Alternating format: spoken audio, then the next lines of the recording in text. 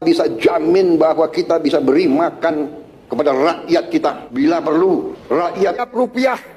Setiap rupiah uang rakyat harus kita jaga. Rakyat harus bebas dari ketakutan, bebas dari kemiskinan. Jangan seenaknya main-main dengan uang rakyat. Tidak ada niat sedikit pun untuk kami mempersulit kehidupan rakyat Indonesia. Saudara-saudara sekalian, kita harus mengerti selalu, sadar selalu bahwa bangsa yang merdeka adalah bangsa di mana rakyatnya merdeka. Harus ingat bahwa kekuasaan itu adalah milik rakyat. Kami akan selamatkan rakyat.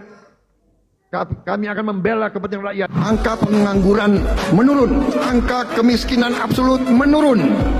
Berapa kali Pak Prabowo bilang rakyat, rakyat, rakyat, rakyat.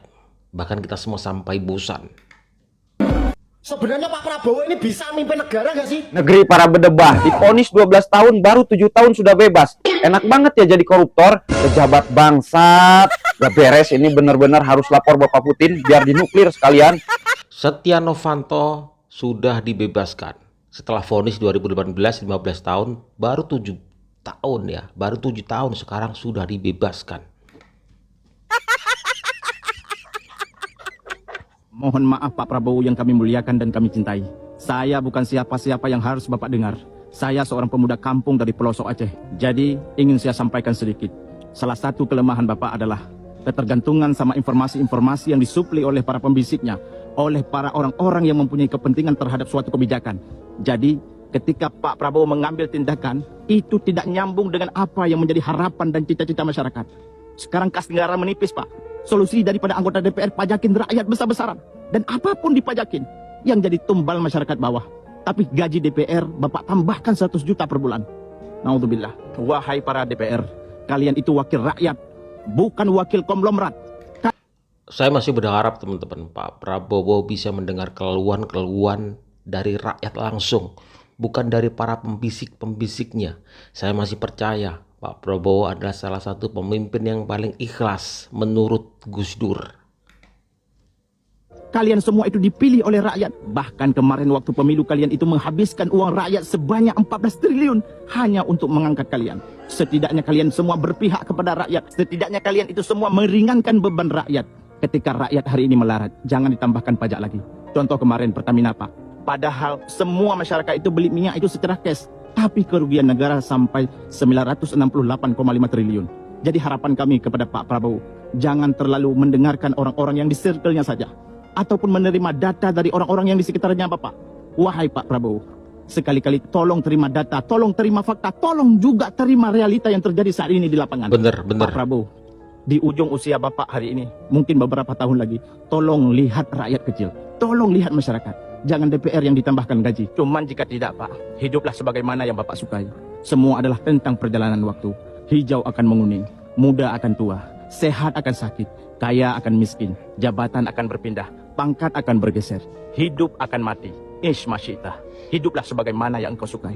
Fa innaka maitun, bahwa sesungguh engkau akan mati, bahwa sesungguh kita akan meninggalkan alam ini. Ainama takunu yutrikul maut walau kuntum fi buruji musayyadah. Kemanapun kita pergi, apapun yang telah kita sandapkan, apapun pangkat yang telah kita sandapkan, siapapun diri kita, fa innaka maitun, bahwa sesungguh kita akan mati, bahwa sesungguh kita akan meninggalkan alam ini. Jadi teman-teman, saya masih terngiang-ngiang dengan kasus di mana ada salah satu tim kampanye dari Pak Prabowo ketika melawan Pak Jokowi teman-teman, yang katanya disiram air keras.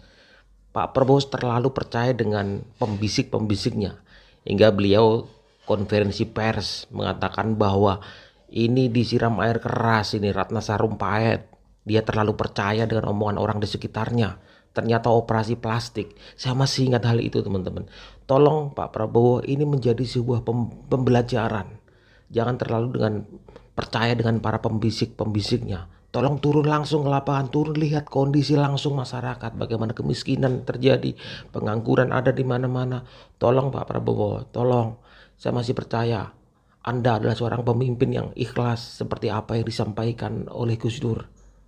Dan saya yakin Anda pasti mampu untuk melakukan itu semua Pak Prabowo.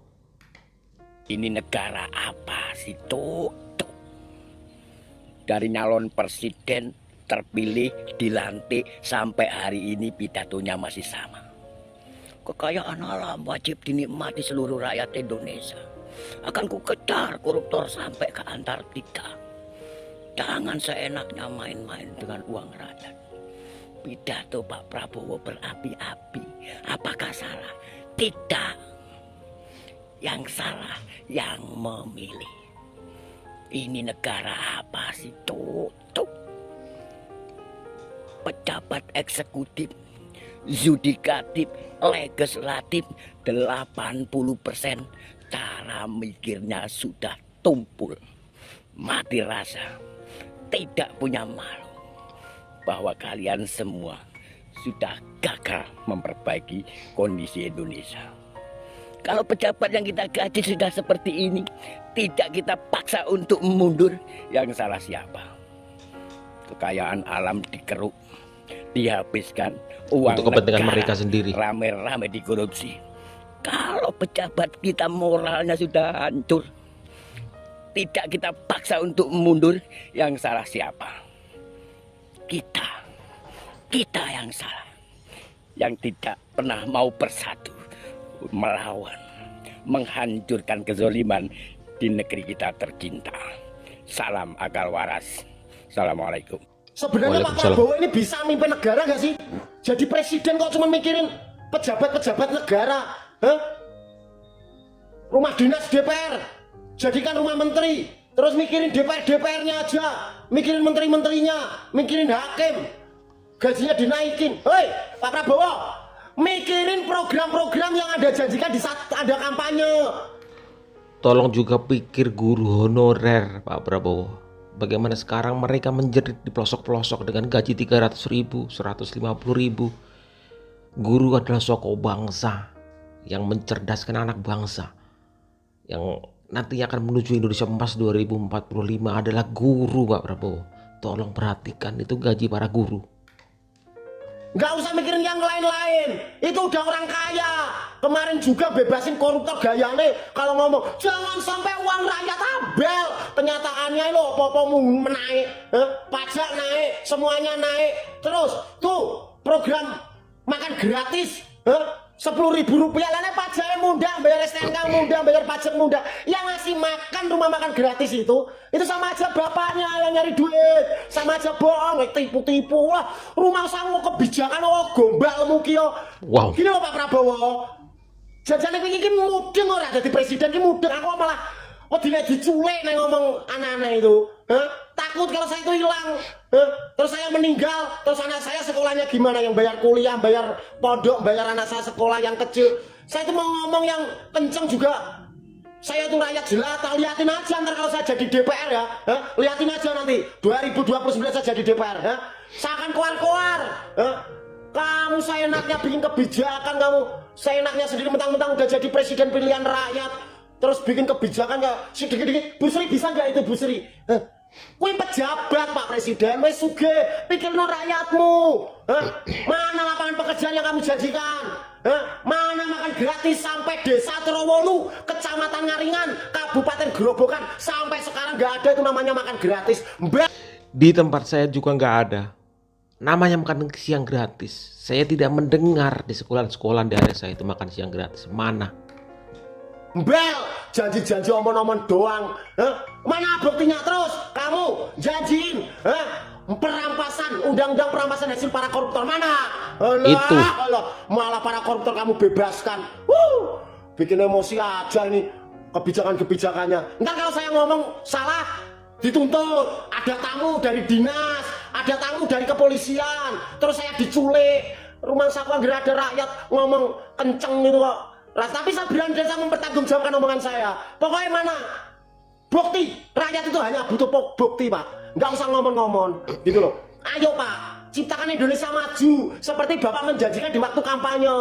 Terus terang, saya pilih Bapak itu bukan karena itu saya percaya Bapak, enggak. Saya belum pernah namanya milih Pak Prabowo sebelumnya. Saya itu dulunya itu pecinta Bapak Jokowi, nyoblosnya Pak Jokowi. Saya nyoblos Bapak itu karena ada Gibran, enggak masalah sampean enggak. Tapi tolong lah Pak, sampean presiden, tolong apa yang Anda janjikan di waktu sampean kampanye itu dibuktikan. Jangan cuma ngomong-ngomong aja. Udah gitu aja Pak. Kami harap ya kan program-programnya Bapak itu berjalan sampai telatah kelahiran saya ini. Mana makan gratisnya? Mana lapangan pekerjaan yang Anda janjikan? Mana pengesahan undang-undang perampasan hasil para koruptor? Terus DPR RI itu joget-joget kenaikan gajinya jadi 100 juta itu. Matanya nang ngotak temen rumah saku koyo. Walah. Woi, kowe mudeng pora, itu bukan tempat untuk joget-joget di situ. Kalau pengen joget, pengen nyanyi ada tempatnya di tempat karaoke ada. Ada tempatnya di diskotik kalau memang happy. Enggak jangan di situ kayak gitu caranya. Sama aja kamu itu menyepelekan rakyat-rakyat seperti ini kok ngece-ngece men kowe ngutek ora asline akhlak lho. Rumah saku. Mampus gua dimarahin. Adab kemana? Rakyat cilik yo, kowe mikirno rakyatmu apa ora yo? Sahkan itu undang-undang perampasan hasil para koruptor, tanda tangan.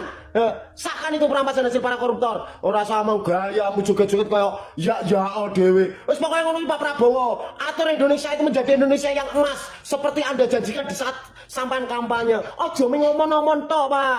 Ngono lho. Rakyat iki wis do pinter ngono lho. Sampean kan wis munduri tuwa.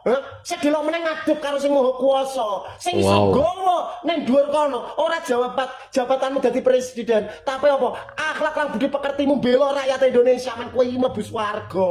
Ngono lho. Mosok ora mikir tekan semono ngono kuwi lho. Rumangsa aja mikirno donya nek arep nggo apa. Ngono lho. Wes ayo lah Pak Prabowo. Ben awake dhewe berkesinambungan antara rakyat dan pejabat. Aja mbok pikirno pejabat wae. Program-programmu di saat kampanye kuwi lho. Rumangsaku kuwi kok. Terus satu hal dalam hidup saya yang saya sesali, di saat Kongres PSI di Solo.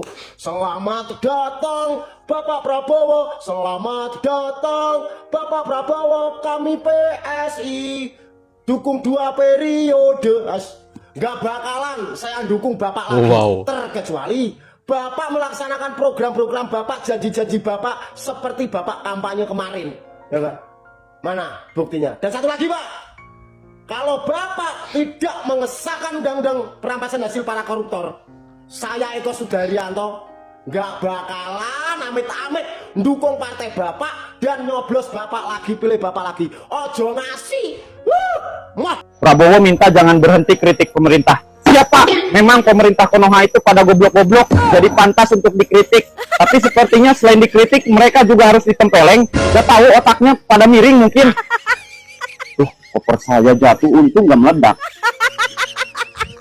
Saya takut diculik juga teman-teman. Kritik-kritik kayak gini takut diculik, janganlah ya. Ini kan negara demokrasi, semua orang berhak untuk menyampaikan sebuah pendapat. DPR dan Presiden jangan pernah menantang kami ya, jangan pernah mencabar rakyat Indonesia ya. Jangan pernah menantang rakyat Indonesia ya, DPR dan Presiden ya. Saya katakan di sini, saya bukan menggerakkan massa, saya bukan pengadu domba.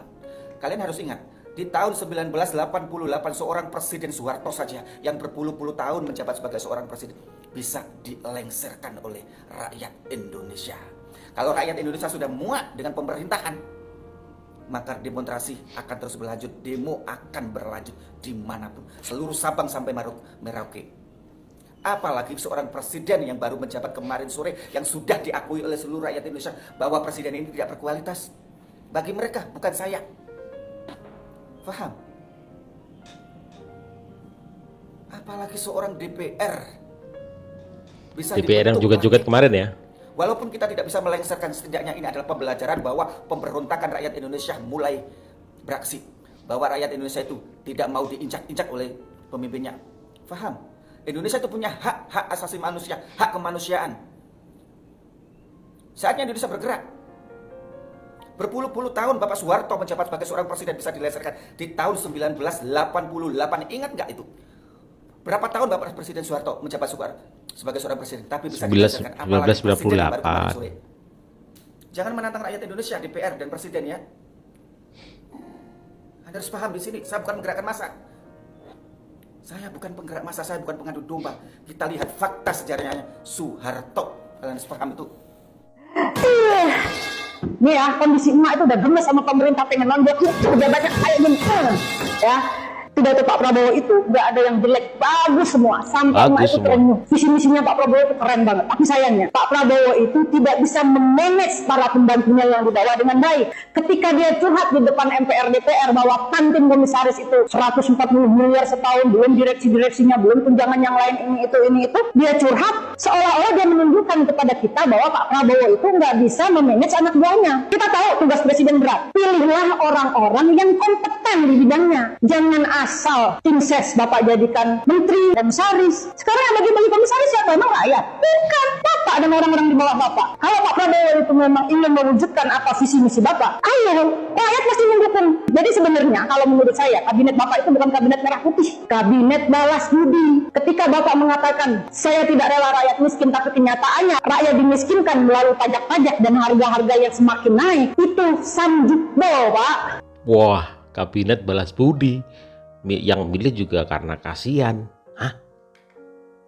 Sama juga bohong. Apa yang Bapak omongin tidak sesuai dengan realita di lapangan. Kita tunjukkan Bapak berani tidak meresafel kabinet Bapak. Bapak udah curhat panjang lebar tuh. Banyak celah-celah korupsi, tambang dan lain-lain, ya kan? Bahkan mengancam para jenderal dan ketua partai yang membackingi tambang. Nah, Bapak tahu, tapi Bapak cuma bisa mengancam. Berani nggak Bapak menindak? Serius. Jangankan para jenderal. Sylvester nih, sampai saat ini yang dia udah divonis bersalah, tidak dimasukin penjara, malah Bapak jadikan dia komisaris. Apa kompetensi dia? Banyak para ahli yang lebih hebat di bidangnya, Bapak tidak tunjuk sebagai direksi komisaris, tapi hanya tim ses yang mendukung Bapak. Jadi Bapak jangan curhat, jangan seolah-olah itu ingin menunjukkan bahwa Bapak itu adalah presiden yang mempunyai visi dan misi yang bagus. Kenyataannya Bapak nggak berani. Padahal Bapak jenderal dan Bapak punya pasukan. Perangkat di bawah Bapak itu gila semua. Tapi kalau perangkat di bawah Bapak itu tidak bisa mendukung Bapak, habis nih. Bapak harus membenahi kabinet Bapak agar rakyat ini sejahtera dan sesuai dengan visi misi Bapak di dalam pidato-pidato Bapak. Begitu Pak. Oke? Nah, jadi rakyat itu nggak marah. Nih, udah Bapak yang marah nih. Sanjukbo. Teruntuk pejabat-pejabat seraka yang tidak saya hormati, wis ora usah nggih ontran-ontranmu dek ini sing blokiri rekening, sing nyita tanah nganggur ki kurang mari, malah saiki metu maneh wacana saiki video call kudu gawe WhatsApp premium, kudu bayar. Lek gawe WhatsApp biasa jare ora le opo-opo, dengkulmu meletos kuwi. Paketan. Maksudnya yang nggak dapat apa-apa itu operator begitu? Kalau kita kan pakai WhatsApp itu gratis kan? Kita chat, telepon itu gratis. Maksudnya operator nggak dapat apa? Nggak dapat, kan beli kuotanya juga kita juga dari operator juga tuh. Kalau misal kita keluar kita nggak pakai wifi itu kan pakai operator juga yang kita pakai.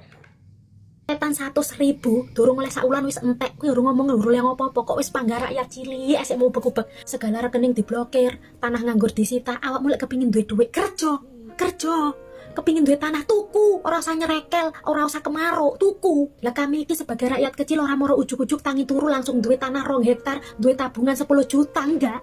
Kerja rekoso. Nabung dulu. Sebagai rakyat kecil malah bingung, duit gedene 10 juta kena ge masa tua, ditekekni omah wedi lek dicolong tuyul, ditekekni bank lengah dikit dicukup pemerintah. Kok duit aja nih, duit sarta-sarta mau gawe tuku apa jarene? Kok bener.